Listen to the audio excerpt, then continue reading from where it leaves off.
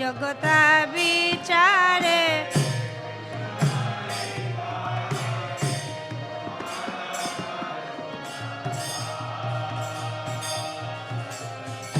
জগতা বিচারে কিছু নাহি পাই তোমার করুণা ছাড়া জগতা বিচার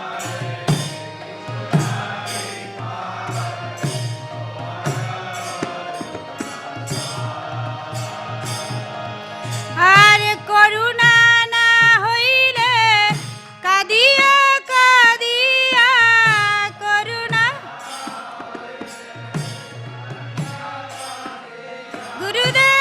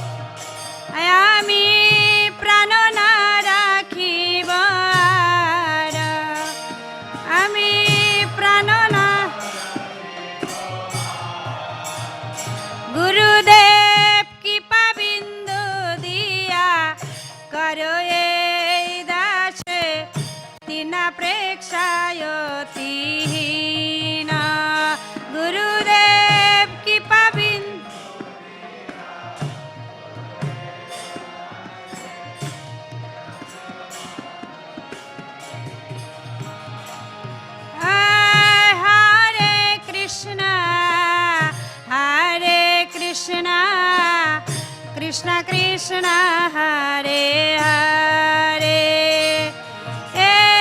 Hare Rama Hare Rama Rama Rama Hare Hare Hare Krishna Krishna Krishna Hare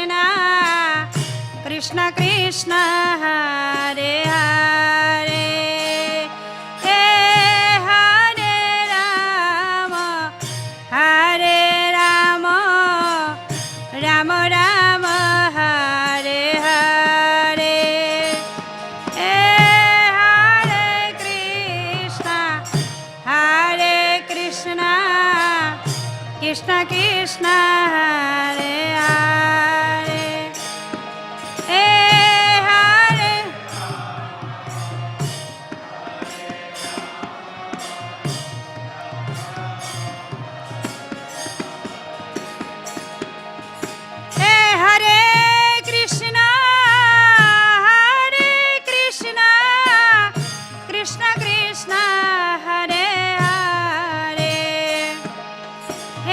Hare Rama Hare Rama Rama Rama Hare Hare Hare Krishna Krishna Krishna Hare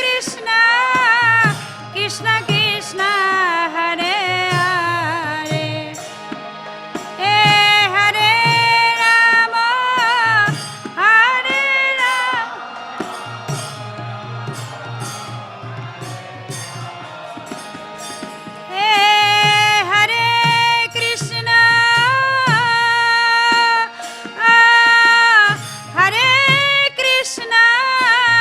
Krishna Krishna Hare Hare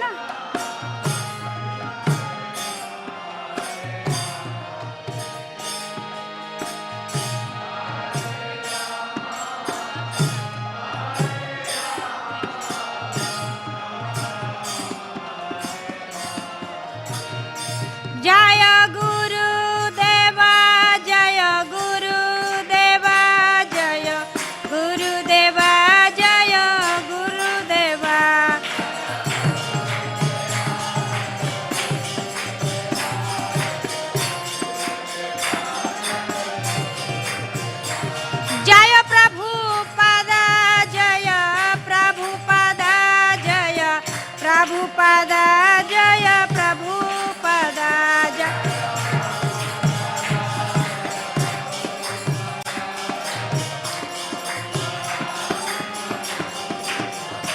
Jaya Jaya Prabhupada Prabhupada Prabhupada Jaya Jaya Prabhupada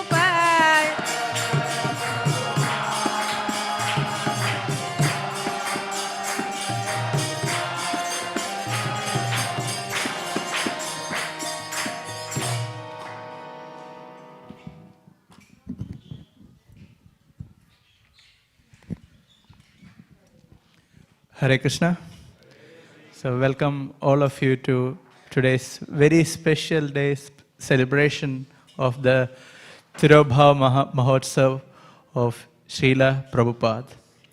For a pure devotee, just like the Supreme Personality of Godhead, both appearance as well as disappearance are all auspicious.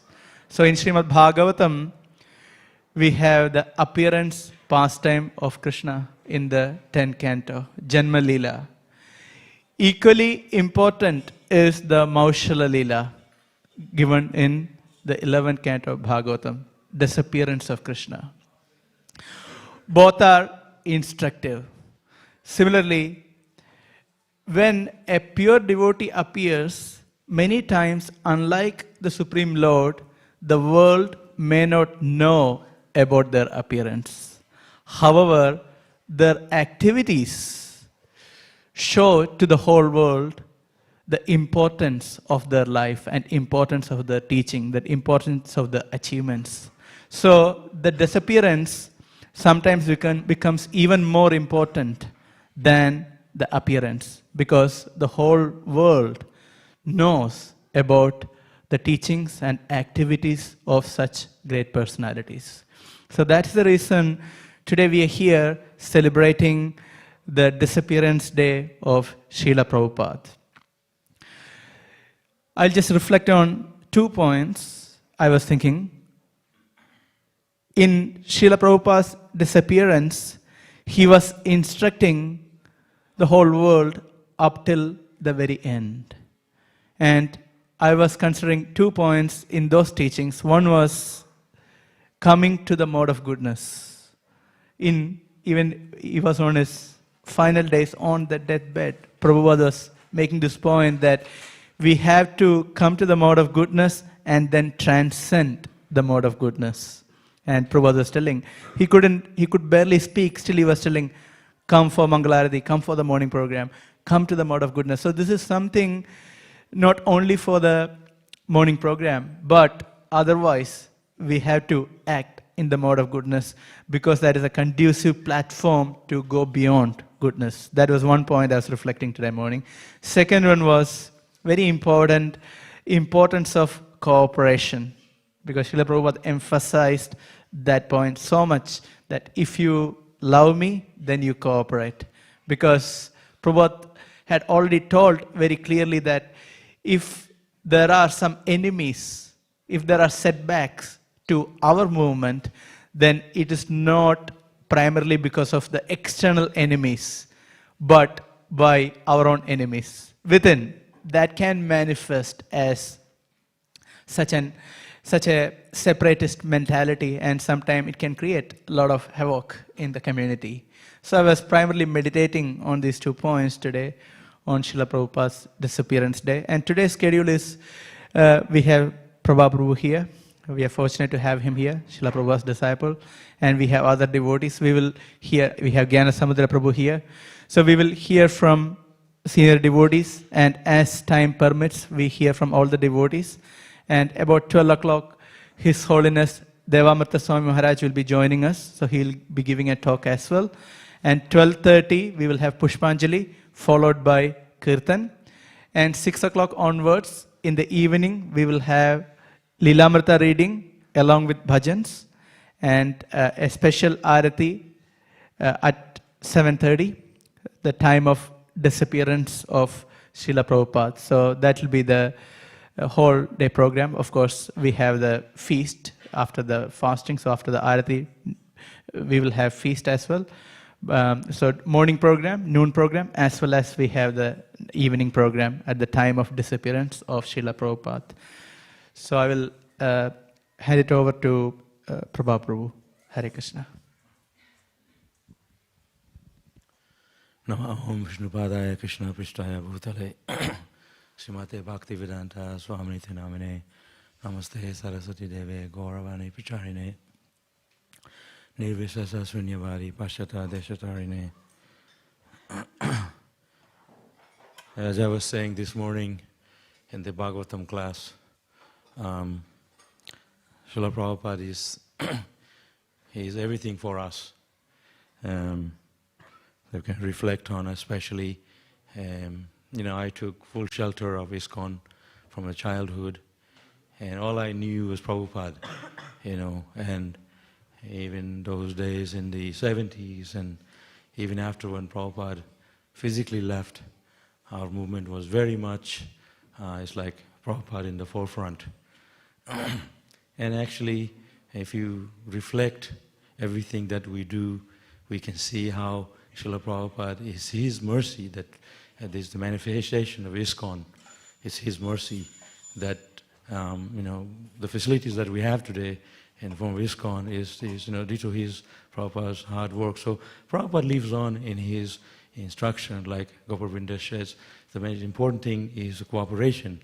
That if we really demonstrate that you love Prabhupada, then we're here to please Prabhupada and to continue our service to Prabhupada throughout our life. That is our main basis of being here. And we forget that after some time. We come to ISKCON and we maybe get distracted to many other things, but actually our main thing is to please our Guru. That is our philosophy, to please the spiritual master. And Srila Prabhupada was not ordinary. He came here from the spiritual world. Srila Prabhupada was the chosen one to go to the West and preach. And,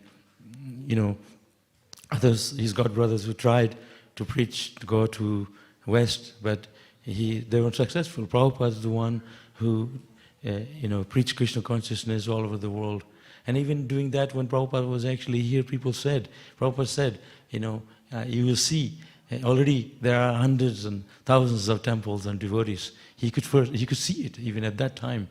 And now is the manifestation of that, his work. And I witnessed it even in those days when Prabhupada was here. They didn't have that many devotees, but those foreign American Western devotees, they did so much to establish Hare Krishna movement. Handful of devotees, so much, so many temples, so much. So they were empowered by Prabhupada, actually, because even today, if you can actually be in that mood, that if you feel that you love Prabhupada so much, He will empower you to do a lot of work for Him. He will empower you even today. We always, it's not how you do it, it's to be humble, to feel the mercy of your Guru. Guru Kripa. Sometimes devotees name Guru Kripa. That's so fact. Guru's mercy, it's immeasurable, like the mercy of Krishna. Guru Krishna Prasade Pai. By the mercy of Krishna, one have the Guru. And I have the fortune to meet Prabhupada. And Srila Prabhupada, when he first came to Mayapur, he stayed in Mayapur more than anywhere else in the world because of his health. He used to spend a month and a half in Mayapur because it was such suitable climate for him to stay there. And he would come prior to Gaura festival and stay right through. And we lived in Mayapur, so we had that good fortune to be with Prabhupada every day. And up till the Gaura Purnima, when everyone was arriving, and not like now. Those days when Gaura Purnima wasn't that many devotees. So we could really see Prabhupada so close. You can go up to him and be with him like today, this many people. This Gaura Purnima festival like this. And Sadhu Sangha, I was talking about it this morning, how that little bit of association of Srila Prabhupada. And sometimes people say, oh, Krishna was 5,000 years ago, Prabhupada 50 years ago. How do we know? We are the ones that are carrying on that mission of Chaitanya Mahaprabhu. You are the result of Prabhupada's work. So we are representing Prabhupada. So if you can be a good disciple of your Guru, you are pleasing Prabhupada. Because your Guru is disciple of Prabhupada, and they represent Prabhupada, Prabhupada represents his Guru all the way to Krishna. So if you really want to please Prabhupada, cooperate and please your Guru and work nicely in Prabhupada's family. Because Prabhupada's family is not just including your own family. Prabhupada's family, that we all belong in his family. It's a very big family. So if you consider ourselves, do not be distracted. Stay connected to Prabhupada. If you love Prabhupada, that's the definition of love, that you can love Prabhupada forever. We can meet Prabhupada. There's the story, Russian Mataji was in a prison, and she was, they bought a tantric to make her forget Krishna. So they were putting all hoodoos and all kinds of stuff to make her forget Krishna. And so she prayed to Nishingadev, nothing happened. She chanted Hare Krishna, nothing happened. And then all the different prayers, nothing happened. So she thought maybe, why not chant Prabhupada mantra? So she chanted Prabhupada mantra, and the lady that was trying to do hoodoo on her, and she saw this old man standing next to Mataji. And suddenly she stopped. So the KGB said, why are you not beating her up and brainwashing her? She said, no, I can't anymore, because there's an old man standing here. And I said, that's Prabhupada with a stick. And she took off. She got scared. So Prabhupada is always here. If you want to be sincerely serve Prabhupada, if you sincerely want to chant Hare Krishna, do quality to please Prabhupada, Prabhupada is here with us. That's the example of that. Srila Prabhupada is with us always. And if you just express a little bit of sincerity, just like we always say, if you look at Krishna, he's not going to forget you. He's going to drag you to him. Just we go on Harinam, you see people, somehow they get dragged to the chanting, and they say, oh, here comes the Hare Krishna, they dance. That's it. There's a little bit of attention to chanting, a little bit of sincerity, Krishna is going to drag you to. So similarly, same way, if we please Prabhupada, that's the system. Please the Guru, and you can please Krishna. There's a system. It's not jumping to Krishna. So we have our Guru Maharajas, and then we have the Guru's Guru. We are so fortunate to be connected to Krishna, to Prabhupada. It's not that you can turn to Ritvik. There's no such thing. You have to go through the system, not jumping. And it is nice to be able to serve your Guru. It's a nice thing to serve your Vaishnavas. Who wants to, Krishna himself said, you can't jump to me. Through my devotees, those who call devotees, they can't come to me. But those who worship my devotee, they are my devotees. So this is the point. That, we have to understand clearly that we can, today, I was there in Mayapur, I was crying to go to Vrindavan, to see Prabhupada leaving. They said, no, you're too young, you can't go to Vrindavan because you get lost on the train or something. So they kept me locked up in Mayapur. But I was crazy to go to Vrindavan. And a year before that, 1976, we had big Pandal program. They said Prabhupada is sick. He was supposed to come down and for the program. He was getting sick even before 77, 76. But whenever we saw him, we never thought that Prabhupada is going to be sick. Because he looked pretty, when you're a kid, you think everybody is good. We never think of death. But so Prabhupada lives forever in his instruction. And why do you think anyone that knows me, I'm crazy to kirtan, unless now my body is getting old? Because I got it from Prabhupada. Those days, there was no fancy mridanga playing, fancy tune. It was enthusiasm what attracted Prabhupada. And we were jumping in front of Prabhupada, and Prabhupada said, not enough. Yeah, We were up in the air. He said, not enough. He had his hand like this all the time. So, when you were 9 years old, 6 years old, you can jump very high, like a balloon. And then all these big devotees, I used to jump to touch their shoulder. And Prabhupada was there. He said, oh, very good. He liked it very much that he wanted the kids to be in the front. And like all these kids here, you jump and dance in front of Krishna. This is what pleases the Guru Maharaj. There's no secrecy that you can please your Guru. You can please the Guru by singing and dancing, by cooking. This is all meditation. We are not going to Himalayas to do meditation. Our meditation is 24 hours. You do kirtan, that's meditation. Cooking for Krishna, meditation. Come to the temple, meditation. Everything we do is a meditation. One big meditation, our whole life. So this is all Prabhupada's mercy. And we can be sitting here in this temple room today. This temple room, this Albert 97 Dank Street, they didn't want to sell to the ISKCON. So one of our devotees, they dressed up like a businessman, suit and tie, and they bought the place. They thought, oh, this guy is not Hare Krishna. They tricked them. So if we are sincere to spread Krishna consciousness, Krishna will give us the intelligence. Prabhupada will give us the intelligence to serve his mission. We need to just show a little bit of sincerity. Srila Prabhupada ki jai. Gyanasamudra Prabhu.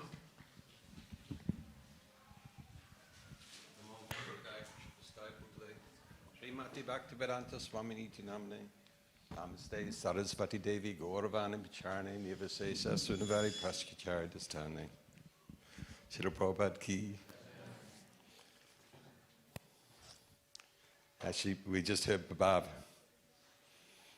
But I remember witnessing Prabhupada's disciples, and they're all like that. They're all ecstatic. Every one of them. They're empowered because Srila Prabhupada was there. It's quite amazing, actually. I was just saying to one devotee the other day there that after Tulsi Aarti, the Brahmacharis would go downstairs and have to change our cloth. Because sometimes you'd wring the cloth out. It was so wet. Yeah. Yeah. It was so wet because we were dancing and singing so enthusiastically. Actually, we destroyed that temple. That was in Sydney. We destroyed that temple. We danced it off its foundation. From dancing. Yeah, in the end, the foundation, we were on the temple. Radha Gopinath was on the second floor. And the temple floor used to go like that. It actually cut away from the wall, and it was bouncing. And then we had to put a suspension, a rod, some rods, and a big piece of timber across, just so that the whole floor wouldn't collapse. That was the enthusiasm of Srila Prabhupada's association. Prabhupada was youthful, and the devotees were so youthful that nothing could stop us. In fact, it was like Prabhupada mentions how when he was with his father, and he held his father's hand, he could do anything. He could touch the moon, could touch the sun. And that's like the devotees. When we have Prabhupada's association, we can do anything. We can do anything. No limitations in this material world. And we saw that, when witnessing Prabhupada's disciples and just seeing how enthusiastic they were. I mean, they went out and distributed books. Our program was that 7 o'clock in the morning, have greeting the deities, and then have a class, and then after the class, quick prashadam, and then out on the books. And the devotees were out from 8:30 in the morning till 8 o'clock at night, pretty much 7 days a week. I mean, in Sydney there, it was down on down the harbour there on Sundays, Saturdays and Sundays, distributing books. And the only time that we actually took rest was when we got arrested in the lockup. And in that time, we'd spend the little time that we had resting and getting ready for the afternoon's book distribution. And Prabhupada was very proud of that. Actually, it's mentioned where Prabhupada is saying that the devotees in Melbourne, how they were arrested and harassed by the authorities. Yeah. It was a fun time. It was a really fun time. I never had a record before I became a Hare Krishna. But I don't know how many times I got thrown in the watch house. But it was fun. And it's something that we can look back on, but it's also something we've got to look forward to as well. Because I was thinking yesterday about we're celebrating a person's death. I mean, who in the material world celebrates someone's death? Okay, you know, like with a feast and with dancing and singing and a complete surrender to ecstasy. I mean, who does that? And we can see that we do that. Prabhupada's given us that gift of appreciation of actually what death is all about. In fact, he's given us life. For a devotee, he's not dead. He's never dead because he's a devotee. He's a spirit soul. And the spirit soul never dies. And Srila Prabhupada has given us that amazing gift of youth. He's given us the fountain of youth. And we can see it even in Srila Prabhupada's life, that he was so youthful and so enthusing to everybody around us. And we can even see it now, that even after his death, or even when he died, he was still youthful and devotees around him enthusiastic. And even today we see in our own personalities and see in our God brothers and sisters that same youth that Srila Prabhupada has given us. And if we don't see it, then within a second it's like turning into the sun again. Within that second of just turning around and seeing the sun, it's that quick that we can see Krishna consciousness, our life before us, and Krishna before us, and that youthfulness in our personality that we didn't see in the shadow. We see it in everything that Srila Prabhupada has given us. This is the gift that Srila Prabhupada has given us, and it will remain eternally for the next 10,000 years. So we're just in the embryo stage at the moment. You know, when Srila Prabhupada came to the room and he looked around and says, "What do you think, Srila Prabhupada?" Like, it's fantastic. Hey, it echoed. "Hey, Radhababa, you there, you there, yeah." But Prabhupada said, "It's too small. It's too small. This place is too small." And the devotees are saying, "Come on, Prabhupada, you know, like it's a Maharaj temple. We're just on the borderline. Los Angeles was Maharaj, 85 devotees, and we were 65 devotees. So we're just on the principle of becoming a Maharaj temple. 65 devotees." And he said, "No, it's too small." You know, so, but Prabhupada's vision is not to make a temple just for 65 or 1,000 or 2,000 or 10,000, 50,000, 100,000. He's actually making a temple for the whole world to live in. And he's given us the books to actually make that true. It'll happen. It will happen. We've seen it in our own experience, how devotees come into association with Prabhupada and the association of devotees through his gift of writing these books, and tireless gift of writing these books at the age that his body was, and the enthusiasm of him asking us just to distribute the books. They'll do the preaching, and we see those books, those seeds manifesting within society. I mean, I'm working at a building site, and I forgot to take off my tilak, and it wasn't like you know this. It was just a smudge in my nose, and the guy looked at me and he says, he kind of like was looking at me, and there's "You're a Hare Krishna, aren't you?" Just from the mud on my nose, you know. So this is be careful, that's going to go off, that alarm. This is what Prabhupada has given us. He's given us this Vedic culture, a lifestyle that can actually change the whole world. You know, we hear all these disturbances going on in the world, like Ukraine and Russia and so forth, but we should give credit to those devotees before these wars started, Africa, that the books were being distributed by the thousands. So who's not to say, and it's said that this movement will save the world in its most darkest hour. So who's not to say that there may be a Bhagavad Gita in Putin's library, or one of his advisors, and that at the right time will come out and come to the personality of one of these advisors. Says, no, this is not right. This is not religious principles, or this is how it should be done. This is the peace formula. Just understand ourselves as spirit soul and see the equality amongst men and living entities. I mean, these are the gifts that Srila Prabhupada has given, and this is the gifts that we should be meditating on every second of the day. Turn to the sun and just meditate on these gifts that Prabhupada has given us. They're non-different than Srila Prabhupada, and he's always there. He's showing us how to live. He's showing us how to die. He's showing us how to have a full life in God consciousness. This is what everybody, previous past acharyas have desired from us, is to go back home, back to Godhead. This is not a normal place for us to be in. We're spirit souls. We're not the body. We're a spirit soul, and it's not natural for us to live in this kind of environment. It is natural when we engage in bhakti, the 9 processes of devotional service. That's natural. Hearing, chanting, remembering, and if we can do that in the association of the Vaishnavas, and follow Srila Prabhupada's instructions, follow the spiritual master's instructions, and be happy. It's a simple formula. And it's free.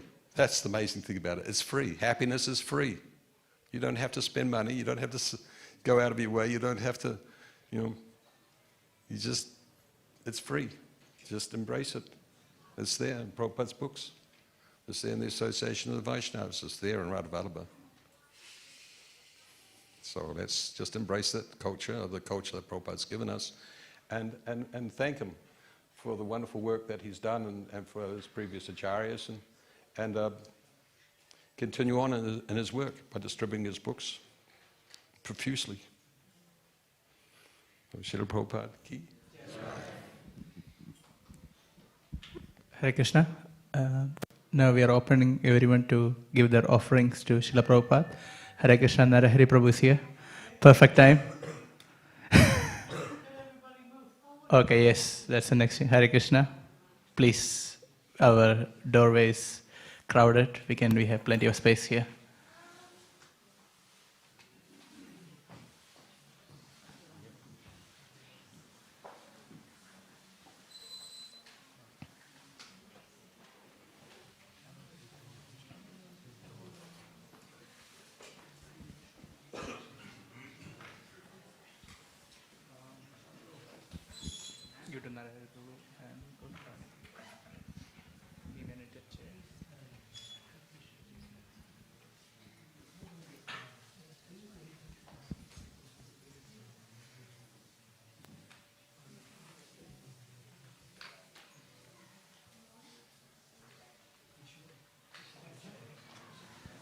Stay here. I'll get the chair for you.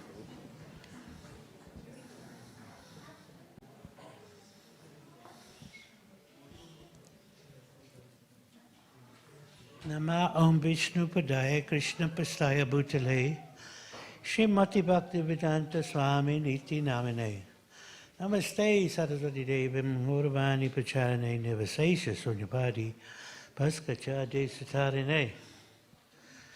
Srila Prabhupada ki jai. Holy assembled devotees ki jai. So on this day we commemorate Srila Prabhupada's departing this material world in Vrindavan, in India. Of course, you know Vrindavan is the holiest place because it is the abode of Lord Krishna. Krishna appeared in Vrindavan, we know, 5,000 years ago. And anywhere where the Lord engaged in his pastimes become very, very important in the life of a devotee. Prabhupada spent many years actually living in Vrindavan. I don't know anyone who's visited Vrindavan, can go to the Radha Damodar temple.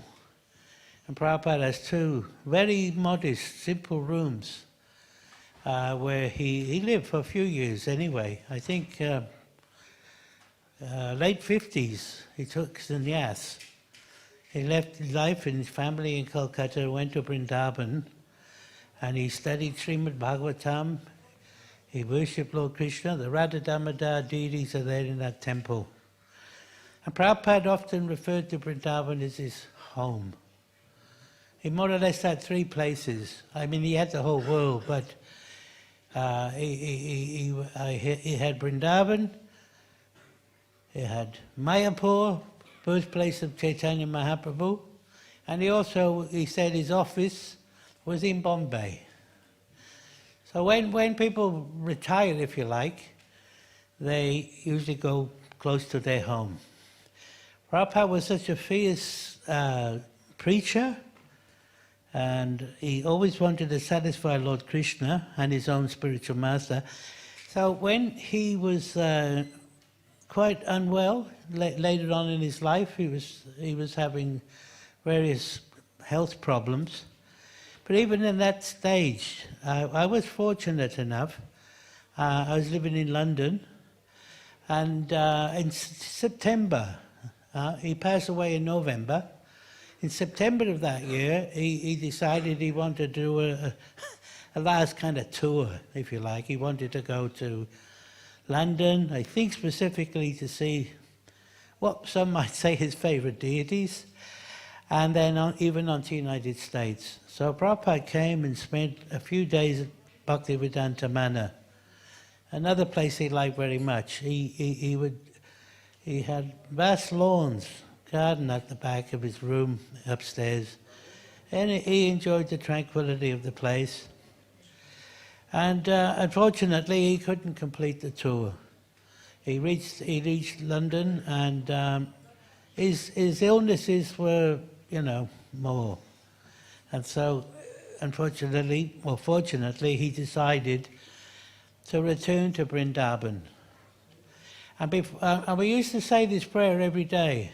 Dear Lord Krishna, if you so desire, please cure Srila Prabhupada. Because we, as his devotees and disciples, were, lamenting and feeling helpless, if you like. And we all wanted Prabhupada to stay for a long time. In actual fact, I'll tell you this little story. Many of you might know Pradumna. You often hear him on he's the Sanskrit scholar. Whenever you play the word for word on the Bhagavatam, the lectures in the morning, Pradumna is generally the person you hear doing the Sanskrit.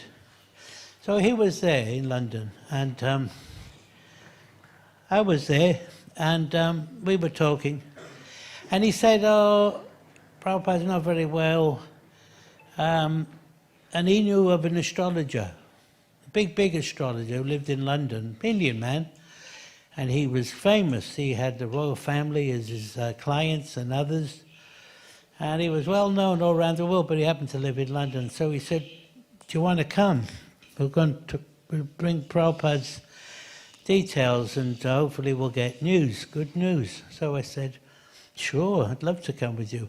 So we went off to this astrologer's place in London, and we gave him all the information. See, I don't have any faith in astrologers anymore, because he looked, and he said, "Oh, Prabhupada, he'll live to be 100, don't worry." So we were very happy with that. We thought, it's in the stars. One thing might be in the stars, perhaps Krishna has another plan. Sometimes you hear that. You tell God your plans, and he may laugh at you, like wait and see sort of thing. So anyway, we felt that was good news, and we were obviously elated by that. And then we went back to the Bhaktivedanta Manor. We told everybody, don't worry, he's a good astrologer. Of course, he wasn't right. Oh, Krishna had another plan. So Prabhupada returned to India and to Vrindavan, and surrounded by devotees, all his followers from all the different countries in the world where he managed to spread this movement, and he left this world there, and 1977. So how many years is that? Many, 47 years already. And it only feels like yesterday when you think about it. So time sometimes drags, and sometimes time goes very quickly.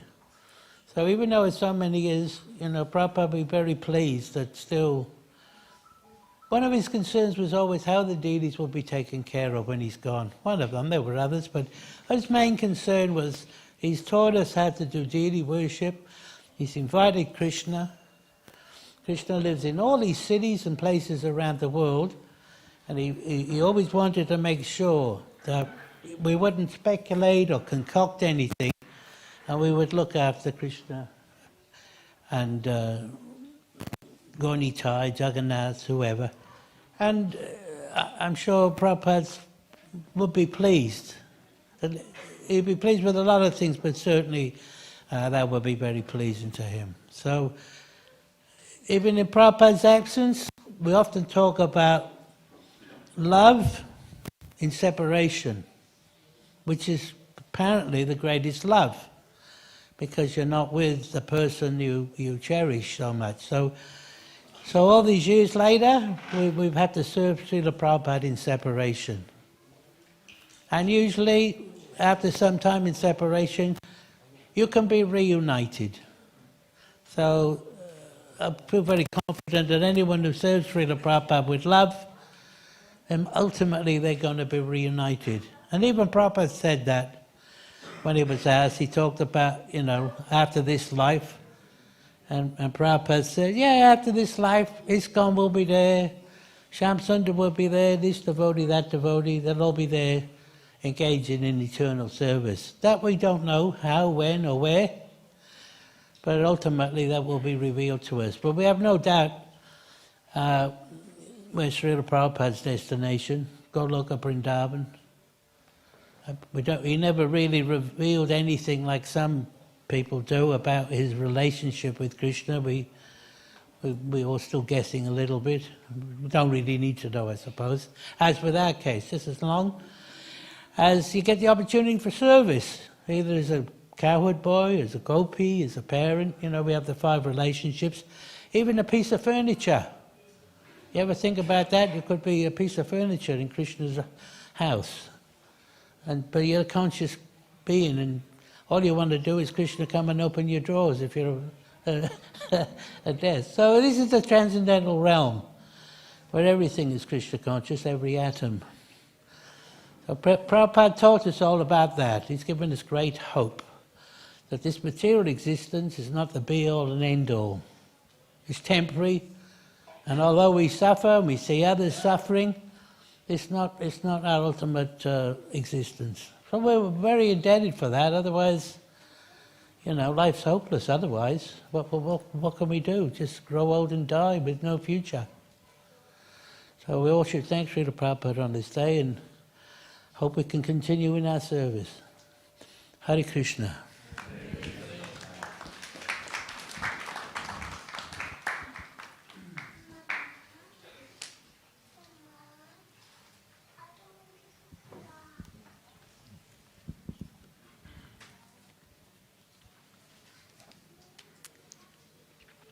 Dear Srila Prabhupada, please accept my humble obeisances. The day Srila Prabhupada passed away, November 14th, 1977, was pretty much the saddest day. We were living in the Dublin temple, and I just remember my God says, Sister Ruchira, I still see her in my mind to this day, just weeping inconsolably. But Prabhupada spoke in a lecture in 1973 on the disappearance day of his spiritual master, Srila Bhaktivedanta Maharaj, that nobody disappears. Therefore, we really have nothing to lament, because in the Vedas it is explained that Krishna is eternal, and qualitatively there's no difference between Krishna and the living entities. So spiritually there's no difference between appearance and disappearance. although we feel the separation, the feeling is there, but still there's nothing to lament. Well, hopefully that's how we'll all feel when our loved ones pass away. It came as a shock when Prabhupada passed, because we never thought that he would pass. Even though he'd been very ill, he often would recover. So it always seemed to us that he would be here forever and would guide us always. What would we do without his guidance and without his answers to all our questions? But Prabhupada would always stress that Vani, or words, are more important than Vapu, the physical body, because Vapu would be finished, but not the words. So Prabhupada led by example. So one example being that when he first came to the West, he virtually had nothing, but he was thinking, as always, that his spiritual master was with him. So Prabhupada, he gave us the goal of life was to know Krishna, and that the solution to all material difficulties is Krishna consciousness. So in Bhagavad Gita, although it was spoken 5,000 years ago, and if you accept Bhagavad Gita as it is, then one should know that Krishna is present before us in his words. So Prabhupada would often say, "Do not lament, I am here in my books."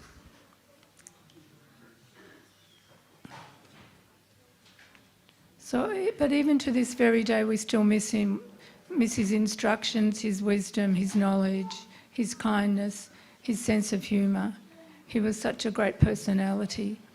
He was giving a light which was unknown in this world. Prabhupada was empowered to teach the whole world by linking everything with Krishna through devotional service. One could enjoy the essence of the spiritual world even in this life.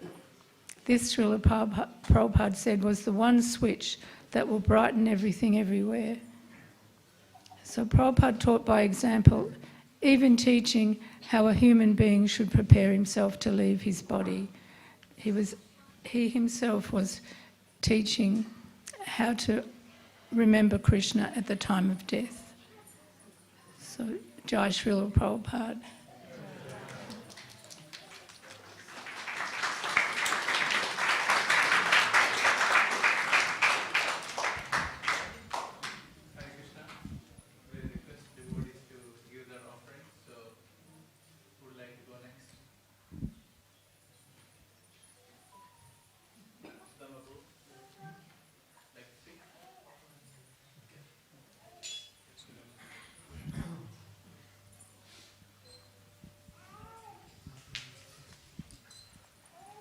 Thank you very much.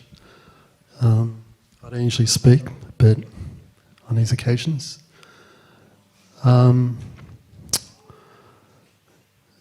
So I suppose all I can say on behalf of myself is my eternal gratitude to Srila Prabhupada for saving me, taking me out of this material world.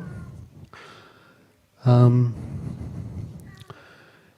1977, I was in primary school still. I was in my second last year, and I just remember that that year was a very, very intense year. We had our teacher was quite crazy, and he would cane the students so many times every day. And so that's my remembrance of 1977. And similarly, Srila Prabhupada's last year was very intense, that we can read from the Devamrita. He was going through some seemingly health difficulties, and his relationship with his disciples was becoming more and more intense, but also more and more dependable, like a father and a child. Anyway, so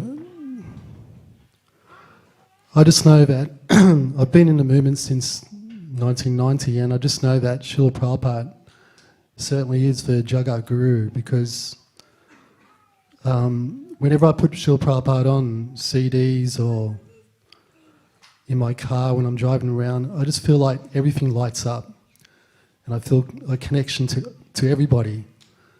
And it seems that everybody just seems to smile, and the cloud of Maya just lifts. So Srila Prabhupada definitely is the Jagat Guru. He's the spiritual master who can deliver the entire universe. Anyone can take shelter at his lotus feet. So that's my realization, and I just want to thank Srila Prabhupada for allowing me to serve in this magnificent Mahaprabhu Mandir that he personally stayed and opened, and the association of all the wonderful devotees here. And forgive me for my offences and shortcomings, and I'd just like to thank you. Jai Srila Prabhupada Ki Jai.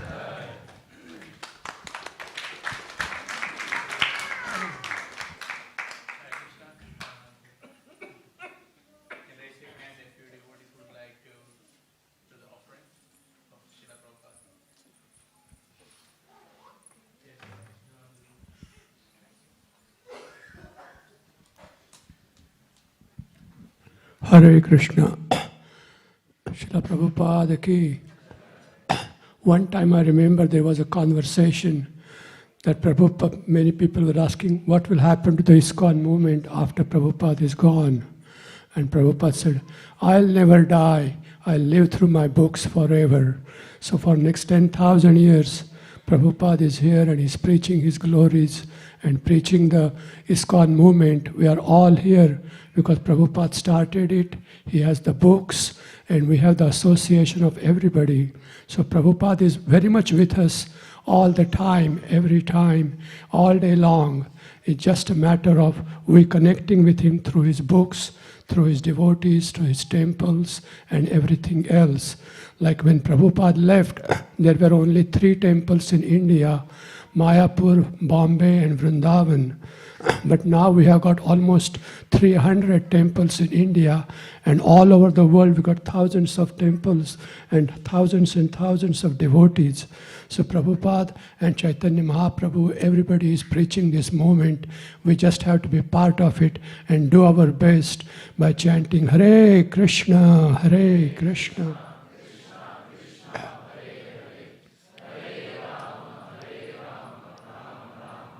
And this way we'll be with Prabhupada and Prabhupada will be with us. Srila Prabhupada ki.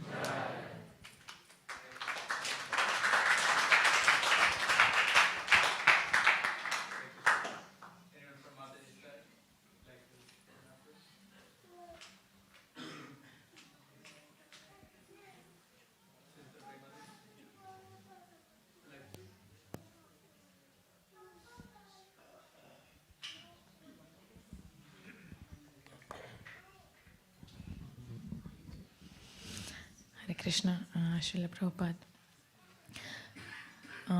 When I started Krishna consciousness,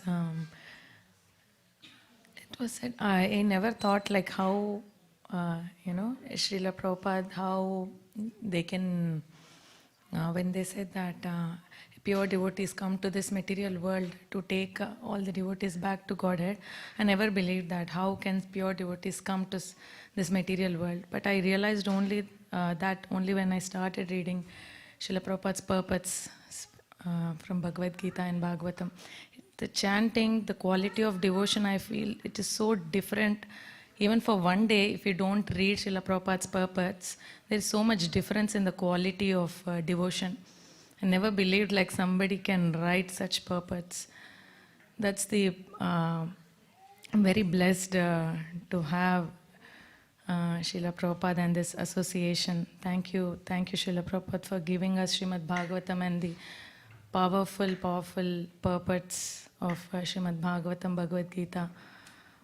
And that way I feel connected to Srila Prabhupada through his purports and through the chanting. Thank you Srila Prabhupada. Hare Krishna.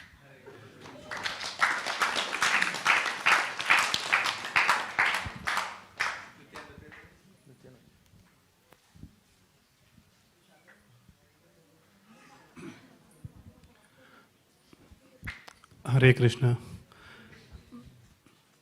So many devotees have said so many things about Srila Prabhupada. That which comes to my mind is personally, and so many of us feel very, very fortunate to experience Prabhupada's love, affection, and care for us through so many temples, especially our Melbourne Mahaprabhu temple, which has taken care of us for so many years and is continuing to do for so many hundreds and hundreds people around, as well as crossways. And one of the most important that comes to mind is Srila Prabhupada's disciples, honorary disciples, who are giving their blood, sweat to continue his legacy, continue his preaching movement, and engaging us, enthusing us, making us bathe in Prabhupada's mercy, Prabhupada's grace, connecting with Prabhupada and the Parampara. So they are very, very honorable, very, very worshipable. So really thank Srila Prabhupada. I'm very fortunate to be in this moment. Thank you.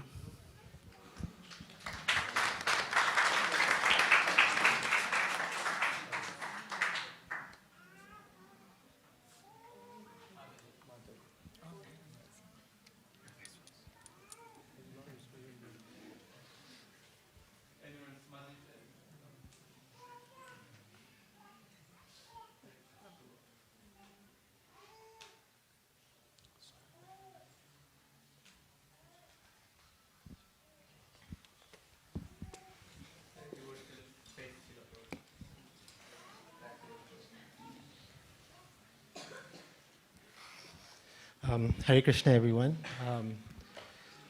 Namo Vishnu Padaya Krishna Prishtaya Bhutale Śrīmate Bhaktivedanta Swami Niti Namini Namaste Saraswati Deve Gauravani Pracharni Nirvishesha Shunyavadi Paschatya Tesatarni.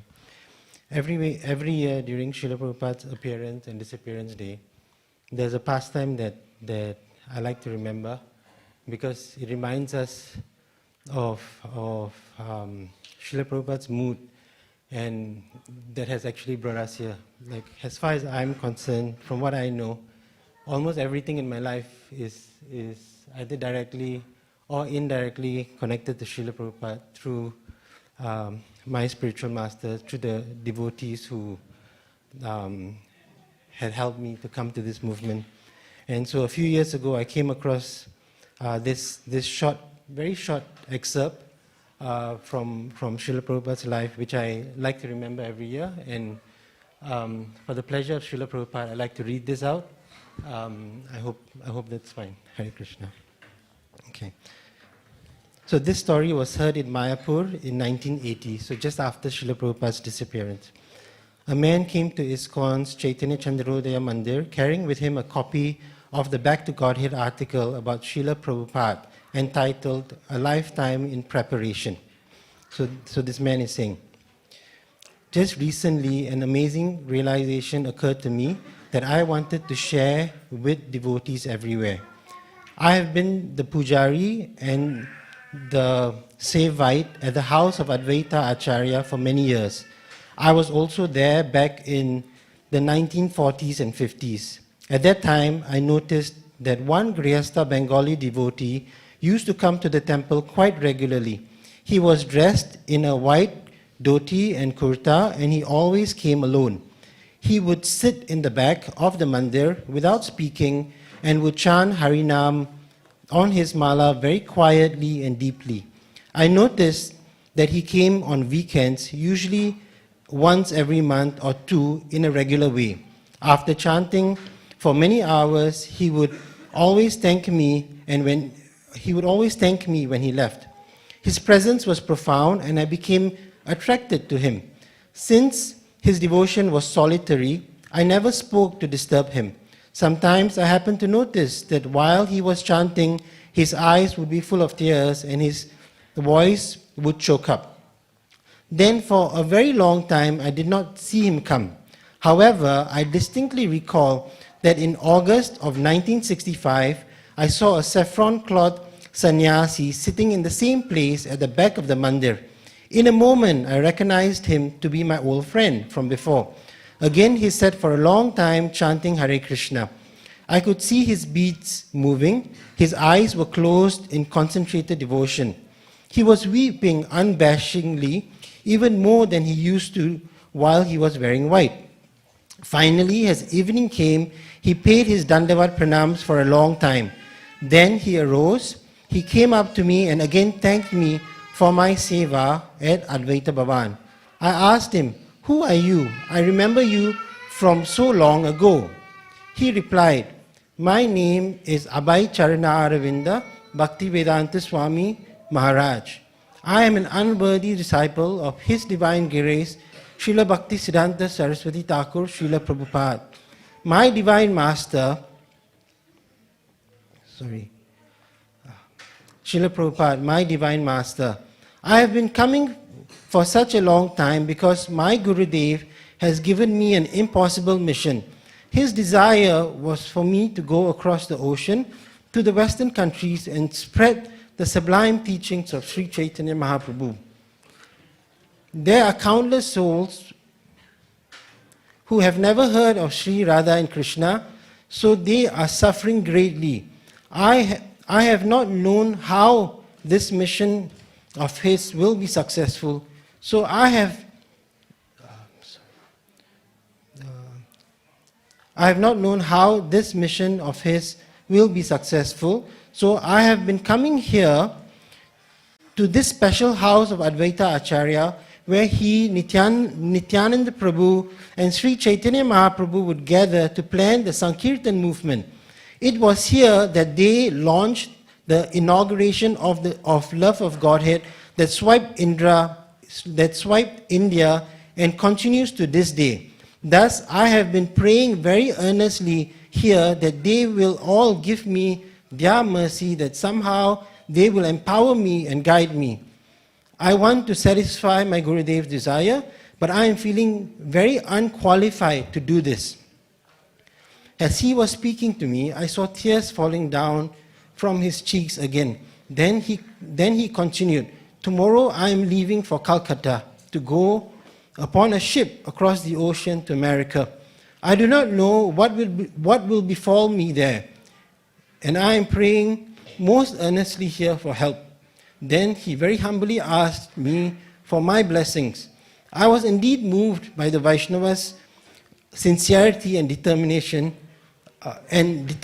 was as I watched him depart upon his journey. It was a few years later that I began noticing for the first time white Vaishnavas coming to Advaita Bhavan. They were wearing dhotis and saris, chanting on Tulasi Mala. I never spoke to any of them, but then one of them gave me this Back to Godhead magazine from America. As I looked at the photograph, suddenly I noticed a painting of the Founder-Acharya who had brought Krishna consciousness to the West. It was a picture of my friend Bhaktivedanta Swami, who had come and prayed here so many times before. Then I realized that he has actually accomplished the mission of his Gurudev. I saw that it was indeed he, starting alone, without pretense, who had accomplished this glorious miracle against all odds. As soon as I saw this, I came here to his temple in Mayapur to tell you this information. I know that he has gone from this world now, but I thought perhaps you might want to know this story about your beloved Srila Prabhupada. Srila Prabhupada ki jai.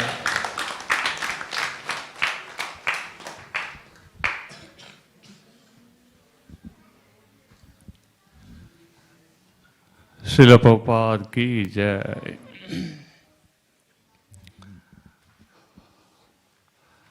Srila Prabhupada, I would like to recount some of the experiences had in late 90s. One day my brother showed a book, Bhagavad Gita book to me, and he showed me the cover, open few pages, and then he showed me the photograph of Srila Prabhupada. And that was the first time I actually saw Prabhupada in the photo. Of course, by the time I was actually like a greatest fool, still am a fool.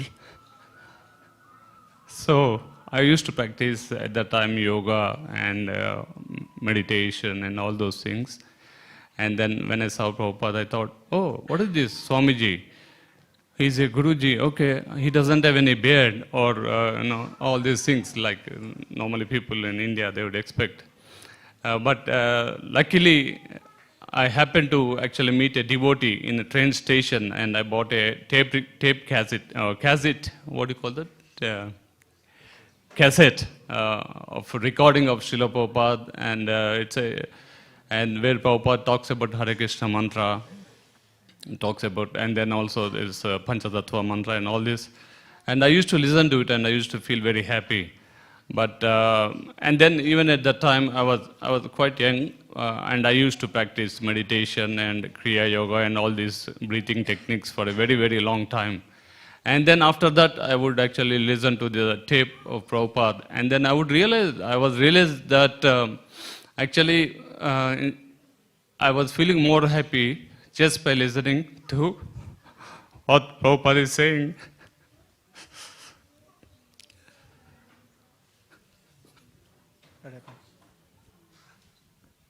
So, and then I came to Melbourne temple, and then had darshan of Prabhupada, and then even though I could not see him in physical form, I felt I actually saw him. And since then, the mercy continued. Thank you, Srila Prabhupada. Krishna.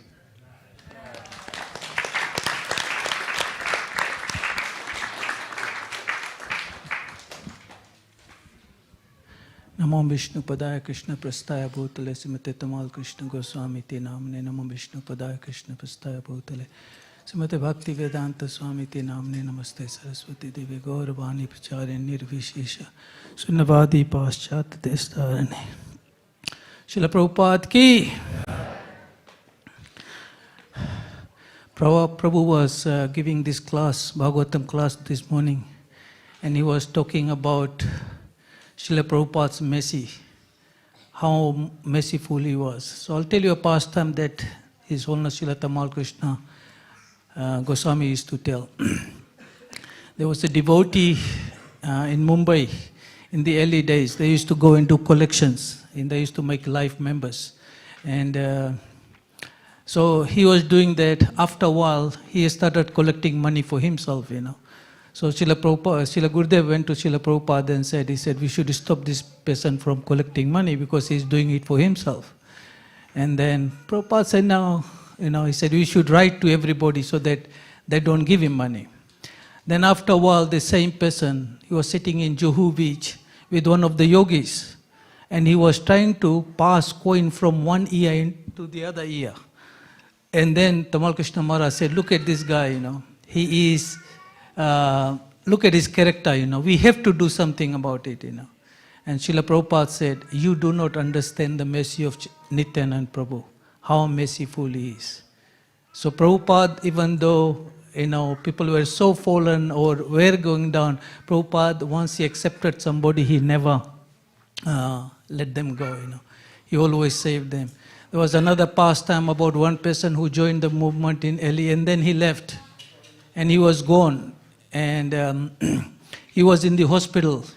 He was even following for ages, And then right at the end, he's lying in the bed, waiting for the moment to leave his body. And the doctor is there, and there's a few nurses there. And then he just gets up with so much energy, and he says, Prabhupada is here. And then he went down and he left his body, So the doctors, when the family came, the doctor said, who is Prabhupada? They wanted to know. They said, the Prabhupada is here. We couldn't see anybody, but they said, Prabhupada is here. Then the children knew that he had some association with ISKCON. So they came and told that this is how my father actually left his body, thinking of Prabhupada. So my point is that we shouldn't do that. It's not that once you have been here and then you can leave, but the main thing is Prabhupada is so merciful. Once we have done some service for him, Prabhupada will never forget us. I was just listening yesterday or today, just like if something happens to our hand, suppose one of our fingers gets cut, then we feel a lot of pain. Why do we feel the pain? Because of our attachment to the finger. So similarly, we are part and parcel of Krishna. And Krishna also feels the pain when we leave him. So if we can all, if we go back, that will please Krishna a lot, That's why they say, if you take one step towards Krishna and then Krishna takes 10 steps towards you, Because he wants us, because we are part and parcel of his. And he himself comes many times, and sometimes he sends somebody very, very special, like Srila Prabhupada. What Prabhupada has given us is unbelievable, I always think how merciful Prabhupada is. We say Chaitanya Mahaprabhu is Namo Mahavadanyaya, most merciful. But he only liberated people who were in India, But Prabhupada not only saved 2 Jagai Madais, he saved millions of Jagai Madais in this world. And the power of it is that he not only did whatever he did, he empowered people to do it. And we see today, so many people are empowered, He left with so many temples. I was talking to somebody there, got 18 temples in Delhi. Prabhupada built 1 temple there. There's 18 there. There's more 109 temples all over the world. There are millions of devotees. Book distribution is only one person, I was just thinking, who is that? Mahalakshmi distributed how many? 200? 236 sets of Bhagavatam in 6 months. Now, who can do this unless they are empowered by Prabhupada? So all we have to do is surrender to Prabhupada, and he'll do the rest. We just have to become his tools. This is what I was always thinking, Should I say this or shouldn't I say this? We are so worried about money, What did Prabhupada come with? How much money did he take to the West when he came? 40 rupees. But did Prabhupada use any of that money?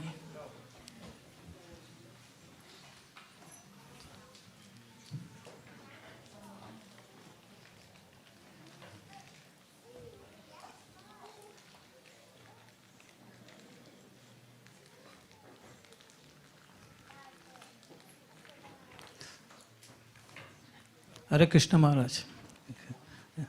So did Prabhupada use any of that money? He didn't even use that money. All that money he took it back to India. And but how did Prabhupada build these 108 temples and farms all over the world? Because he had faith in Krishna. We think that we are the doers, we are the one who get the money. But the truth is that if you worship Krishna and Radharani together, Radharani is the original Lakshmi. Why do we have to worry about money? She will provide all the money. We think we are the doers, We think we're scared of, if we're going to do this, we don't have money, In this temple, millions of dollars are spent, Where is the money coming from? People come and donate. So this is all Prabhupada's mercy. We should learn from Prabhupada. He was here not too long ago. It's not even 50 years. 50 years, no? Not even 50 years. And what Prabhupada has done, we do not really understand the greatness of Prabhupada. Not yet. As time gonna go, then we'll probably one day have a little bit of an idea how merciful and what Prabhupada has done for all of us. So on this day when one of a pure devotee, Nitya Siddha of Krishna, of Radharani, he came here to liberate us, to actually give us an opportunity to go out. And today he went back to where he came from, So we should actually pray, just like Srila Prabhupada taught us a lot of things. He also taught us how to leave this body, and that is the final test, And today is the day we should think and pray that Krishna and Srila Prabhupada, that when it is our time to leave the body, we can actually live in the same consciousness, in the same mood, And Srila Prabhupada not only did whatever he did, but he has empowered so many people, Maharaj is here today. He travels all over the world doing what Prabhupada did, preaching that we should take advantage of this, Srila Prabhupada ki jai.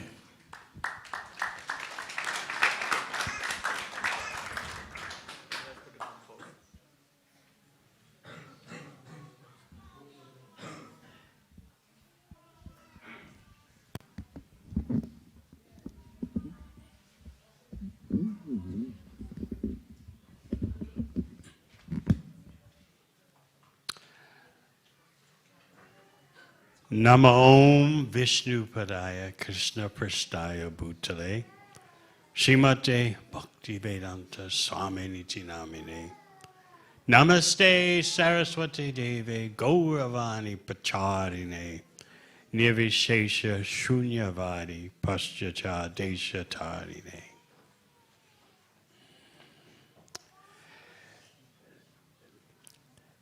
Celebrating Srila Prabhupada's Disappearance Day brings back memories that are very sweet and very painful. As Lord Chaitanya explained to Ramananda Roy, or as they discussed in their dialogue, there's nothing more painful in the world than separation from a pure devotee. Srila Prabhupada lived simultaneously in the spiritual world and the material world. This is explained in the third canto of Śrīmad Bhāgavatam, chapter 2, verse 6. Where Uddhava, upon being questioned by Krishna, apparently lost consciousness for almost an hour. What was going on? Srila Prabhupada explains in the purport that Uddhava, prompted by the questions of Vidura about Krishna, lost contact with the earthly plane and was completely situated in the spiritual world, Dwarka. And Uddhava was so situated in the spiritual world while being present in the material world that Krishna himself, Vishwanath Chakravarti Thakur points out, Krishna himself had to tell Uddhava, please go back so you can answer Vidura's questions. This spiritual technology of the most advanced devotees is what Śrīmad Bhāgavatam is presenting. How to be present in both the material world and the spiritual world. When Uddhava finally returns from being totally in the spiritual world and not present in the material world, although his body was there in the material world, his consciousness had gone to Dwarka in Goloka Vrindavan. Upon his return, he made the very dramatic statement, Krishna Dhyumani Nimloche Ganeshwa Ajagarena Ha. The Krishna sun has set. What's the result? Ganeshwa Ajagarena Ha. Our Yadu dynasty is like a house that has been swallowed by the snake of time. So how can I respond to a question about our welfare? Krishna Jumani Nimloche. Krishna Jumani, the Krishna sun has set. All is in darkness. So upon news of Srila Prabhupada's disappearance, devotees felt simultaneously plunged into darkness and at the same time bathed in the possibilities for spiritual illumination through the Vani. As you've heard many times, there are two aspects of the Guru, the Vani and the Vapu, the instructions and the form. The form, the Vapu, you may have and you may not have. Even when Srila Prabhupada was physically present, very few devotees had his physical association. But the Vani, the instructions, you'll always have with you. And actually, that's a deeper form of association than the Vapu. But that doesn't mean when you have a chance to associate with the Vapu, you just say, oh, it's not important. You take what you can get. Understanding, though, that the Vani is most important. So it's one of the greatest mysteries of spiritual life that Srila Prabhupada left for his disciples and their disciples and their disciples. How association in the Vani is actually more intense than the Vapu. It has to be experienced to be believed. During Prabhupada's presence, so many of us, I know for myself also, we were just vying for the opportunity to be close to Prabhupada physically, to have his association, to go on a walk. Anyway, we could get that Vapu. Meanwhile, Prabhupada had said a very astonishing thing. He said, if you judge, because we would always look at who's around Prabhupada, those are the greatest devotees. And of course, they're great devotees. But we thought that's how you judge who is a great devotee, by their physical proximity to Srila Prabhupada. But Prabhupada explained, if that's your criterion, by measuring by who's physically closest to me, then I say the mosquito is the greatest devotee. But what is the purpose of the mosquito? To bite me. So that, at least from my mind, that pushed out any thoughts of how greatness of a devotee is judged by physical proximity to the Guru. So I remember in November 1977, I received on my desk at the BBT as the final English editor and as the production manager, I received on my desk chapter 13 of the 10th canto. And I read the manuscript, and I was just astonished that Prabhupada had put so much into it. His flavor was coming out so much. He was even making jokes about four-headed Brahma and four-headed scientists. How do you do like that in his condition?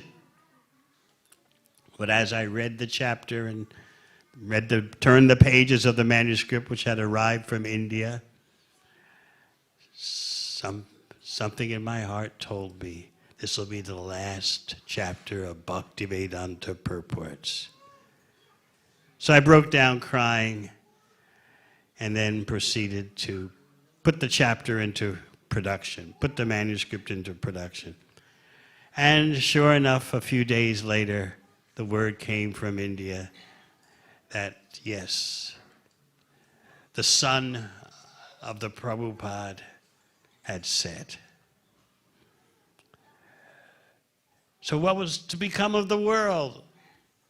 Yes, in the absence, in the physical absence of such an extraordinary devotee, you can feel the world plunged into darkness. At the same time, Prabhupada always emphasized that his association was not simply physical. I remember one story told by a godbrother named Haridas, one of the first devotees in India. Of course, now there are trillions of devotees from India in ISKCON, but in the 70s, there were very few. Surprisingly, you might be surprised to know that. The temples in India at that time, 1977, were run by people from the USA and England and France and Germany, because very few devotees from Bharat were coming forth. They were life members, of course, and wealthy supporters and aristocratic benefactors, but in terms of staffing the temples, very few. So those very few devotees from Bharat, they would always tell me, we get special treatment from Prabhupada because there's so few of us. Of course, it's the reverse now. So this devotee,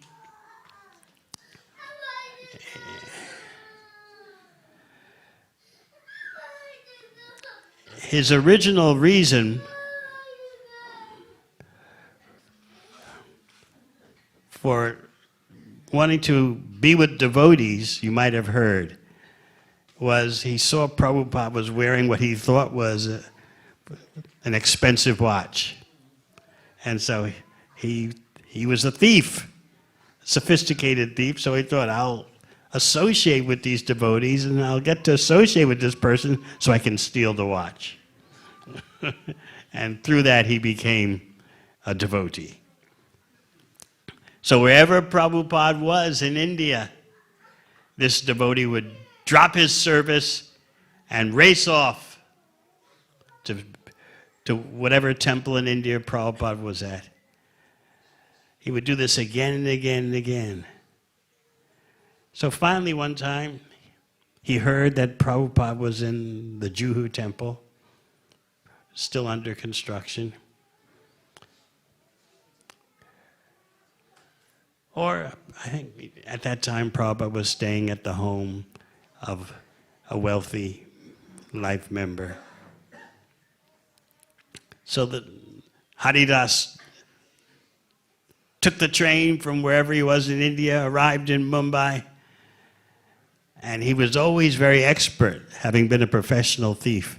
He was very expert at getting past Prabhupada's secretaries. And that was not easy, especially if His Holiness Tamal Krishna Maharaj was the secretary. But still, this devotee prevailed in his sneaking past the secretary, sneaking past Prabhupada's servant. And so he did that and then entered Prabhupada's room. Prabhupada, I'm here, I'm here. Paid his Odandavats.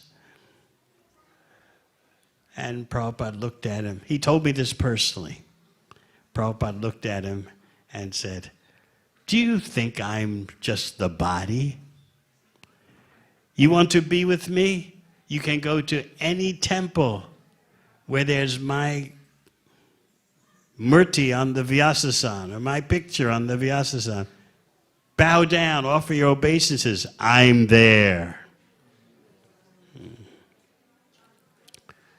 So I remember also during my taking care of Prabhupada's letters, that was one of my devotional services in Los Angeles, to take care of all the letters that were written to Prabhupada and what he wrote back. So I got to see both sides. And so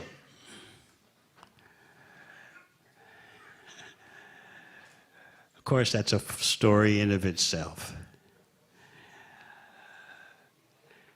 I was doing my BBT work.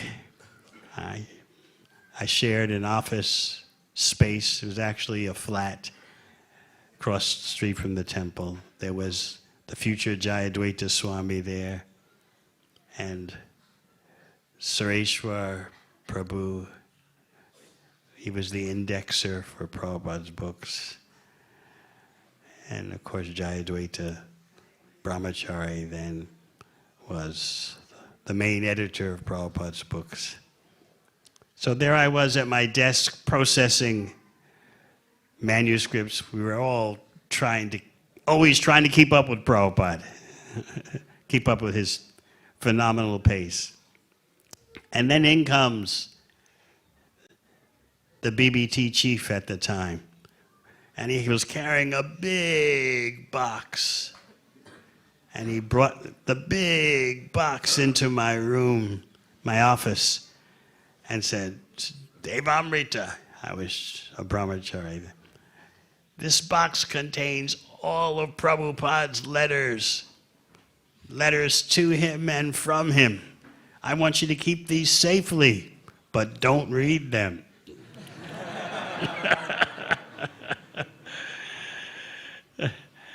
So I took the box into my office, and then as soon as the BBT chief walked out the door, the Jayadvaita Das Brahmachari comes running into my office.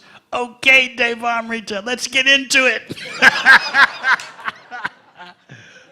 How can you resist not reading all these letters from Prabhupada?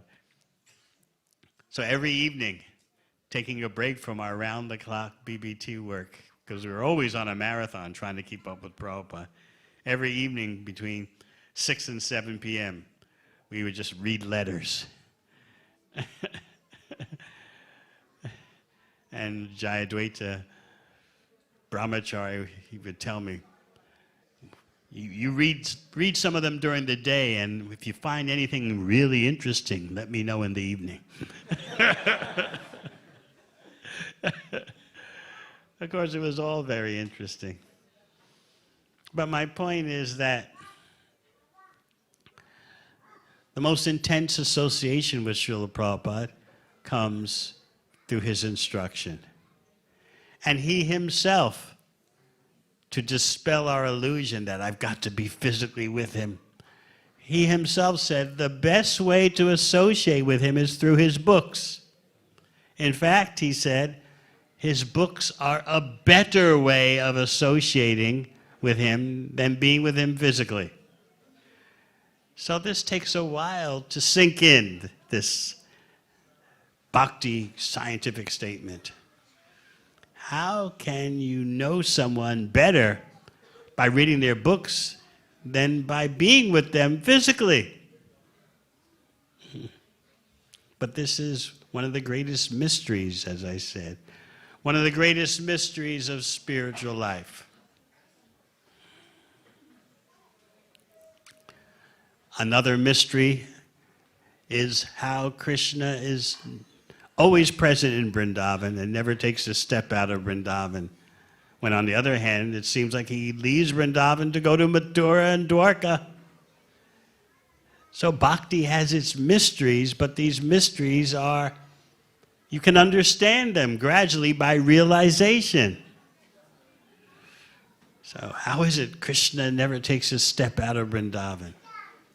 How is it that the association with the Guru through the Vani is more intense than, can be more intense than associating with the Vapu?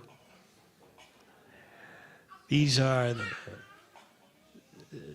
mysteries are not mysteries as you make spiritual advancement. So they show you, these confidential experiences show you the depths of bhakti. But again, of course, if you have the chance for physical association, you get all you can.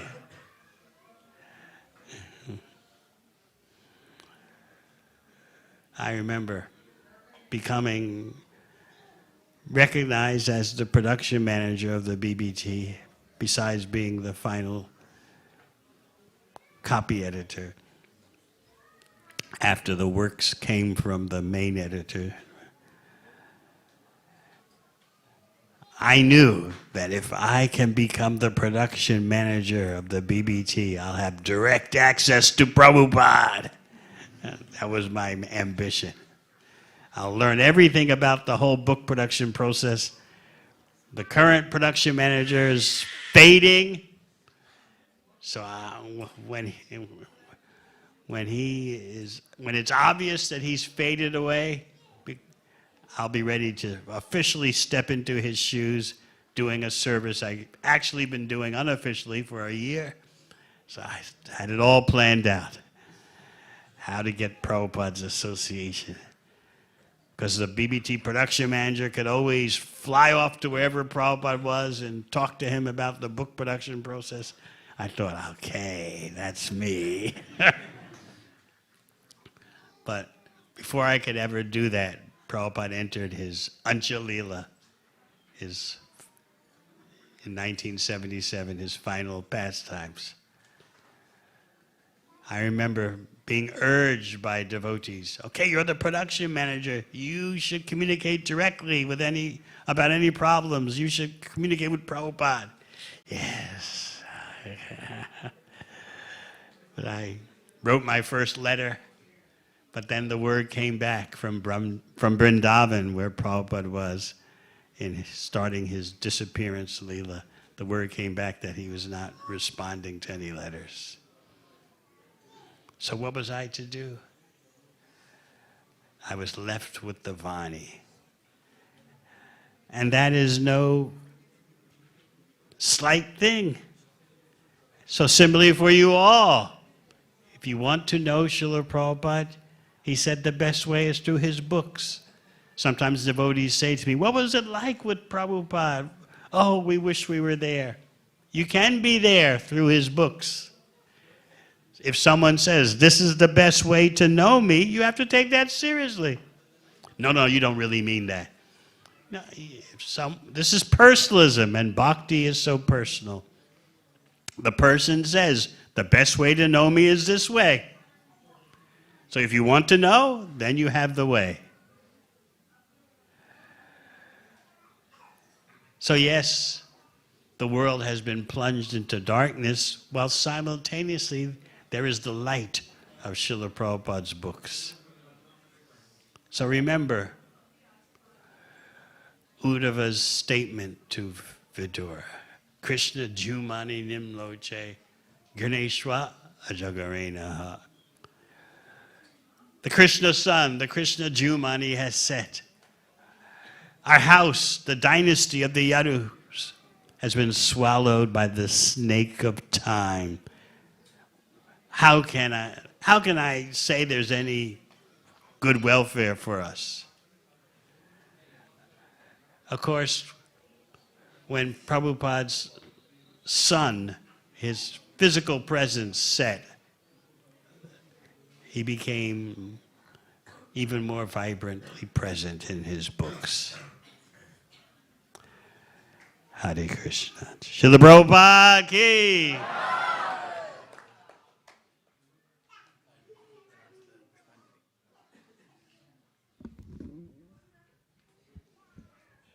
Hare Krishna. Now we'll be conducting the Pushpanjali ceremony. So there is something we had to do. Prabhu's here. We'll have to go to the other side and to the Jagannath side. So all the Prabhus will be on the Jagannath side and all the Madajis go on the side, and you can come forward. We'll go to the other side. And remember, there are many guests waiting outside. Thank you.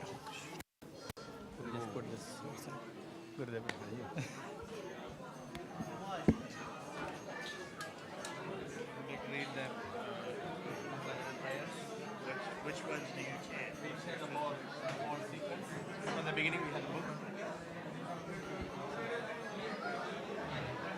Book. So we start from Om Agyanat Mirandasya. We'll go on. I didn't bring my glasses. Oh, you haven't bring it. Oh, okay. Maharaj hasn't brought his glasses. Okay. Prabhupada would like to tell Prabhupada, would you like to read the Mangalacharan prayers? I don't have my glasses. Yeah. Yeah, it's, he doesn't have the glasses either.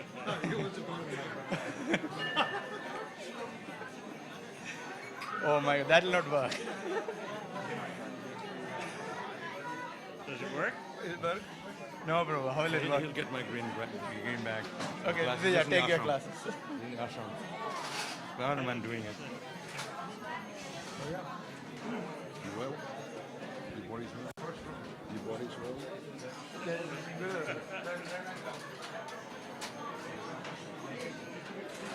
We can start with the Your glass. Let me get- My glass I have multiple problems. Yeah. So some flowers keep for Mara. Yeah. Okay. Say something that keep quiet. Everyone's talking, they keep Okay. quiet. Hare Krishna.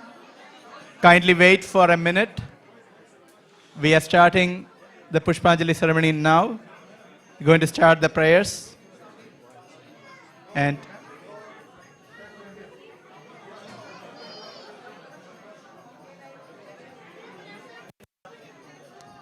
if you want, I can tell you. First one is Agyana Devarajasya. Yeah. So you can start with that.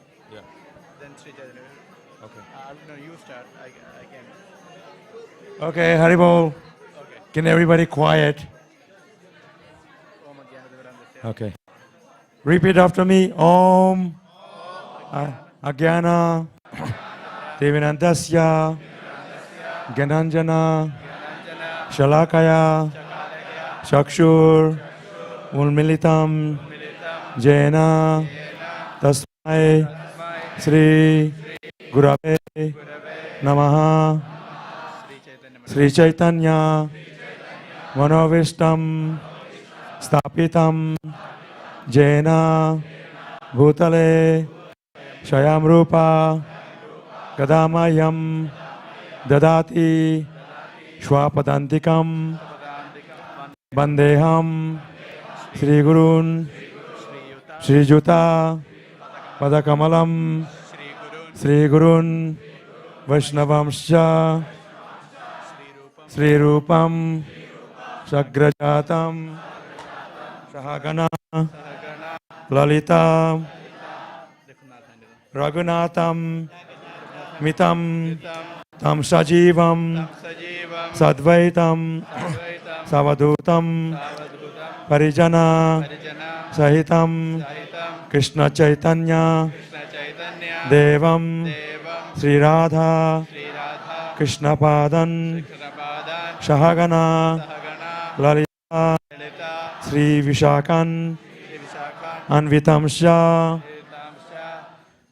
Nama Om Vishnupadaya Krishna Preshtaya Bhutale Srimate Bhaktivedanta Swami Iti Namine Namaste Saraswati Deve Gauravani Pracharine Nirvishesha Sunyavadi Paschatya Deshatarine Nama Om Vishnupadaya Krishna Preshtaya Bhutale Srimate Bhaktisiddhanta Saraswati Iti Namine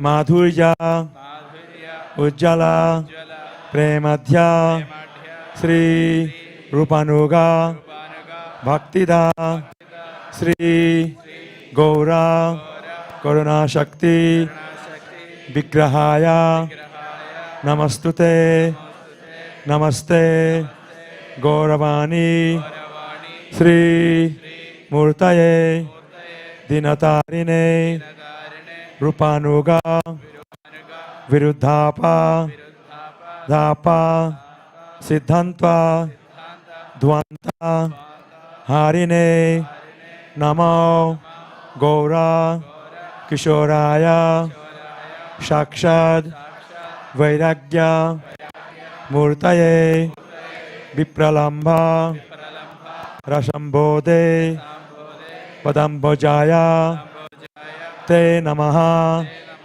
Namo Bhaktivinodaya Sachidananda Namine Gaura Shakti Swarupaya Rupanuga Varayate Gaura Virbhava Bhumestvam Nirdishta Sajjana Priya Vaishnava Sarvabhauma Sri Jagannataya Te Namaha Vanchakalpa Tarubhyascha Kripa Sindhubhya Evacha Patitanam Pavanevyo Vaishnavevyo Namo Namaha Namo Maha Vadannaya Krishna Prema Pradayate Krishnaya Krishna Chaitanya Namine Gaura Tishe Namaha Panchatattva Atmakam Krishnam Bhaktarupa Sarupakam Bhaktavataram Bhaktakyam Namami Bhakta Shaktikam. He Krishna Karuna Sindhu Dinabandhu Jagatpate Gopesha Gopika Kanta Radha Kanta Namastute Jayatam Surato Pangor Mama Manda Mate Gati Matsarvashwa Padambhojo Radha Madana Mohano Divyad Vrindaranya Kalpa Drumadha Śrīmad Ratnagara Simhasanasto Śrīmad Radha Srila Govinda Devo Prishtalivi Sevyamano Smarami Sriman Rasa Rasarambhi Vamsivata Tatastitaha Karshan Venu Shwanair Gopir Gopinatha Sriyastunaha Taptakanchana Gaurangi Radhe Vrindavaneshwari Vishabhanu Shute Devi Pranamami Haripriye Jaya Sri Krishna Chaitanya Prabhu Nityananda Sri Advaita Gadadhara Srivasadi Gaura Bhakta Vrinda Hare Krishna Hare Krishna Krishna Krishna Hare Hare Hare Rama Hare Rama Rama Rama Hare Hare. Srila Prabhupada ki. Now we're going to do Srila Prabhupada Pranam Mantra. Nama Om Vishnu Padaya Krishna Prestaya Bhutale Srimate Bhaktivedanta Swami Iti Namine Namaste Saraswati Deve Gauravani Pracharine Nirvishesha Sunyavadi Paschata Deshatarine Esha Puspanjali. Prabhupada ki jai. Nama Om Vishnu Padaya Krishna Prestaya Bhutale Srimate Bhaktivedanta Swami iti namine Namaste Saraswati Deve Gauravani Pracharine Nirvishesha Sunyavadi Paschata Deshatarine Esha Puspanjali Srila Prabhupada ki Nama Om Vishnu Padaya Krishna Prestaya Bhutale Śrīmate Bhaktivedanta Swami iti namine Namaste Saraswati Deve Gauravani Pracharine Nirvishesha Sunyavadi Paschatta Deshatarine Esha Puspanjali Srila Prabhupada ki jai.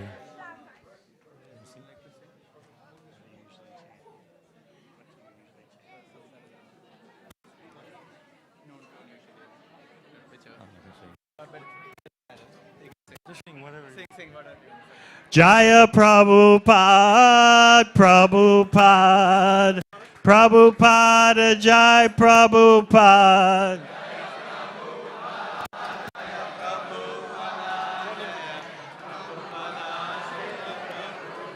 Jai Prabhupada, Prabhupada, Prabhupada, Srila Prabhupada.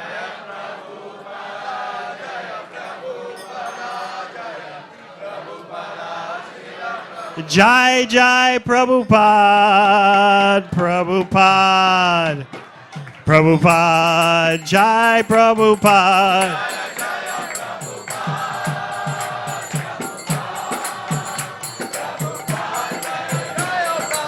Jai Jai Prabhupada, Prabhupada, Prabhupada, Jai Prabhupada.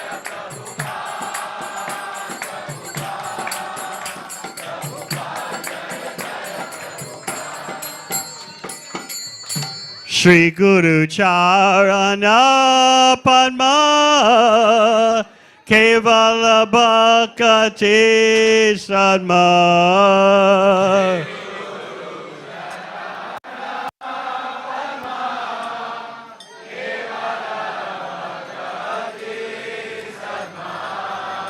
Shri Guru Charana Padma Kevala Bhakti Sadma.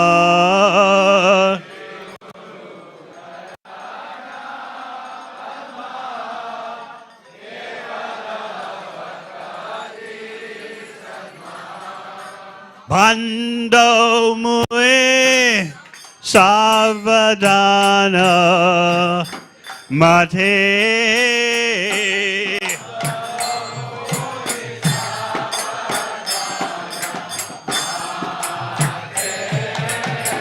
Bando Mui Savadana Mate.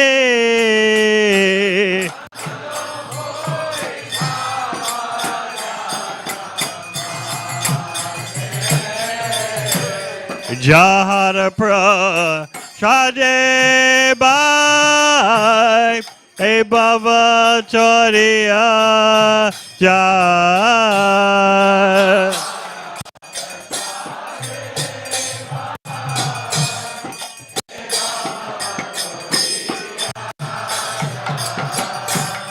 Jahara Prashade Bhai E Bhava Chariya Jai.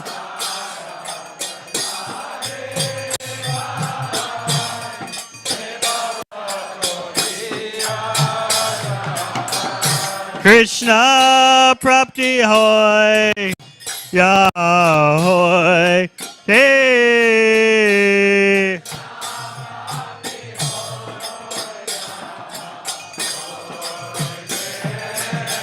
Krishna prapti hoy ahoy. Hey.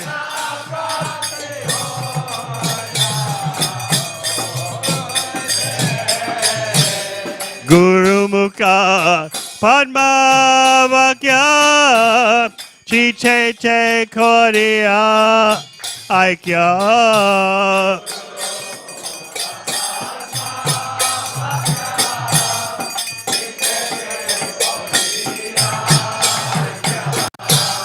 Guru Mukha Padma Vakya Chite Te Koriya Aikya.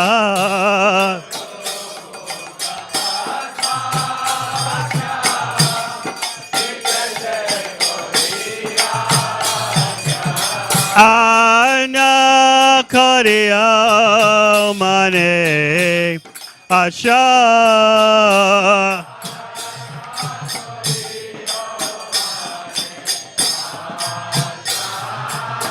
Ana Koriya Mane Asha.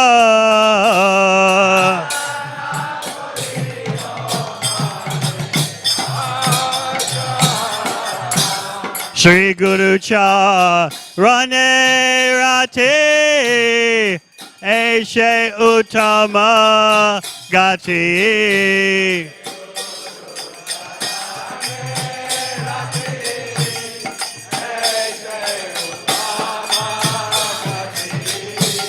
Shri Guru Charane Rati Eshe Uttama Gati.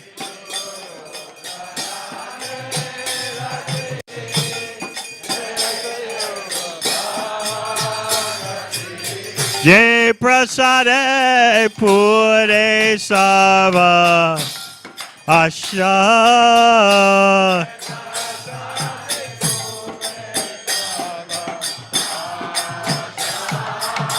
Ye Prasade Pure Sava Asha.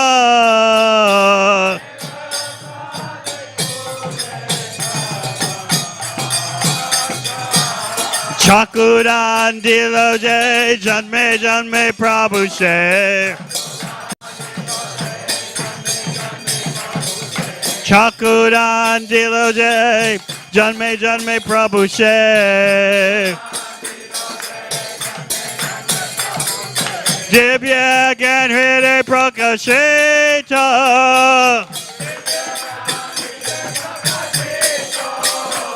Divya Gyan Hare Prakashita.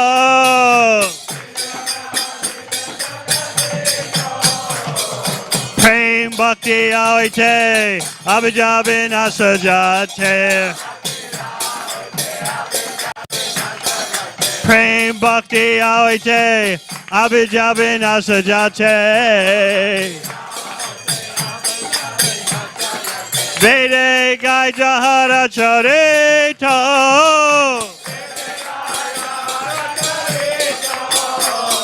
Vede Gai Jahara Charito.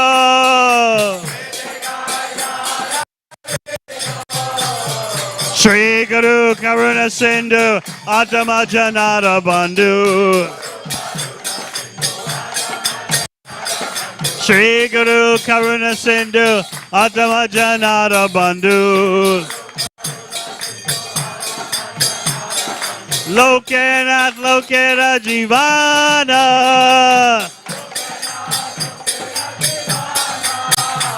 Lokenath Lokera Jivana.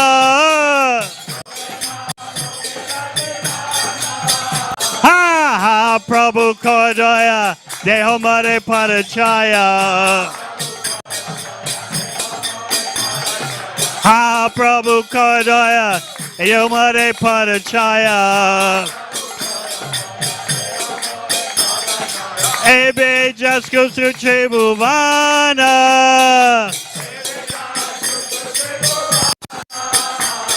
Ebe Jasko Suche Bhuvana.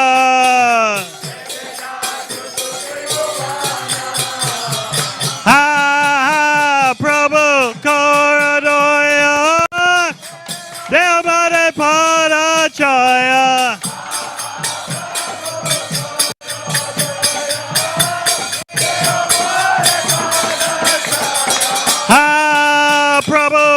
Koradoya Devamrita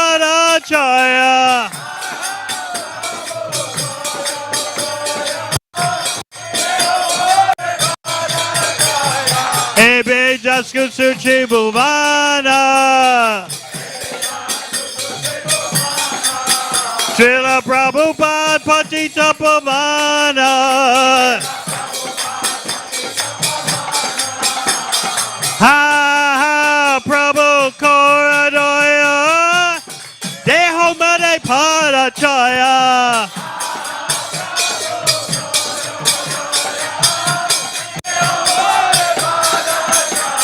Ebe Jasku Suchi Bhuvana Srila Prabhupada Patita Pavana Jaya Prabhupada Prabhupada Prabhupada Srila Prabhupada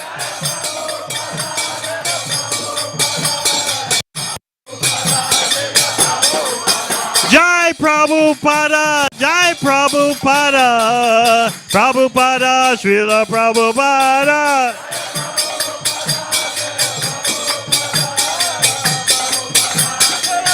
Jai Jai Prabhupada, Prabhupada, Prabhupada, Jai Prabhupada.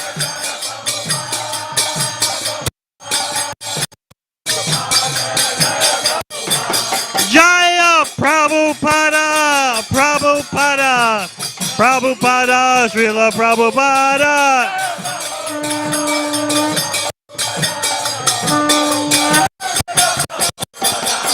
Nama Om Vishnu Padaya Krishna Prastaya Bhutale Śrīmate Bhaktivedanta Swami Namine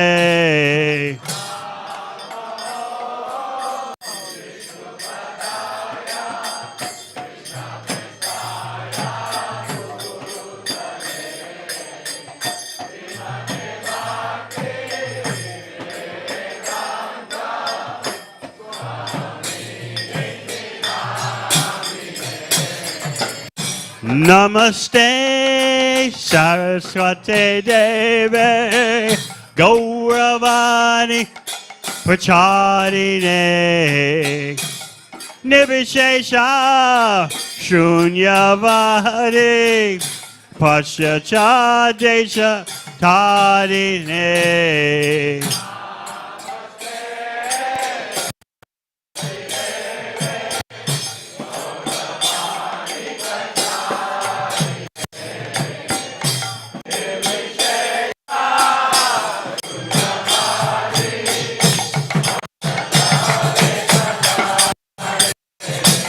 Jaya Shri Krishna Chaitanya Prabhu Nityananda Shri Advaita Godhead Hara Sivasari Gaura Bhakta Vrinda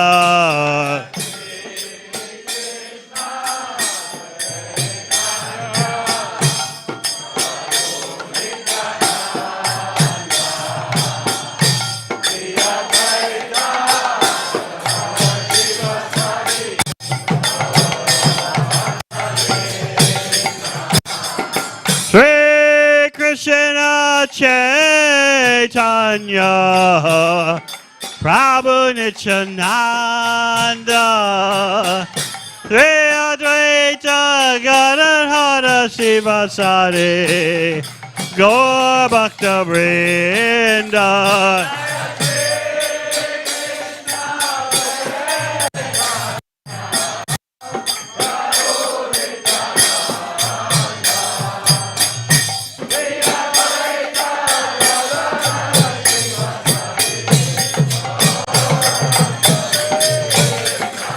Jaya Shri Krishna Chaitanya Prabhu Nityananda Shri Advaita Gadadhara Sivasade Gaur Bhakta Vrinda.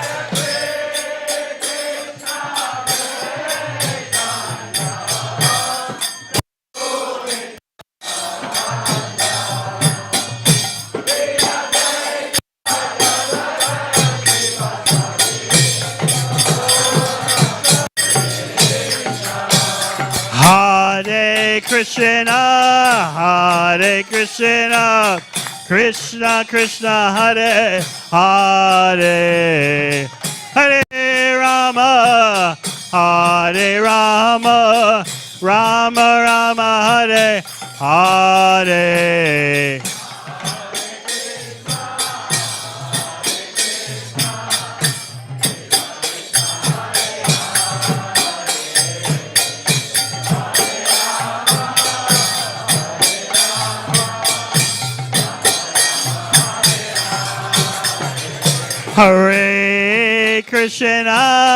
Hare Krishna, Krishna Krishna, Hare Hare, Hare Rama, Hare Rama, Rama Rama, Hare Hare.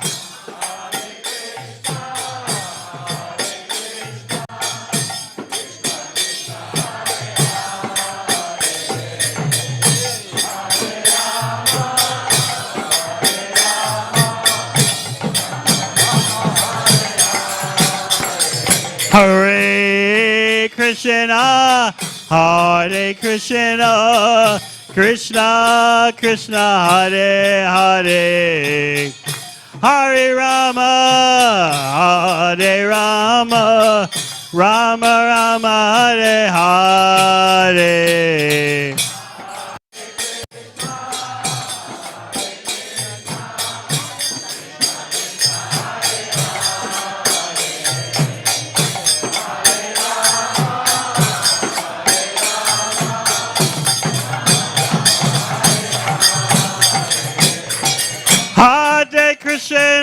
Hare Krishna, Krishna Krishna, Hare Hare, Hare Rama, Hare Rama, Rama Rama, Hare Hare.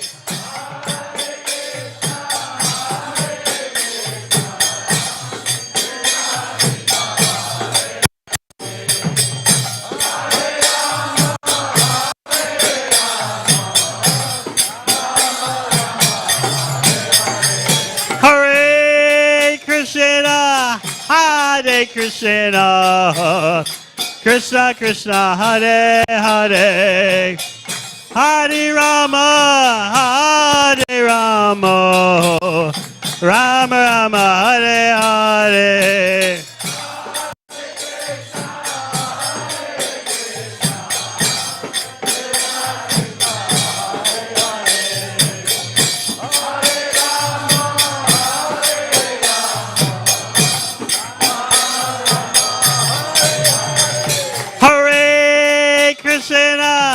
Hare Krishna, Krishna Krishna, Hare Hare, Hare Rama, Hare Rama, Rama Rama, Hare Hare.